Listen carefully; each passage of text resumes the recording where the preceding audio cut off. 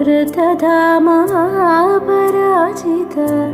दुरावह प्रणवात्मिक अधिकस्वरातुतिशारद नमोऽस्तु ते।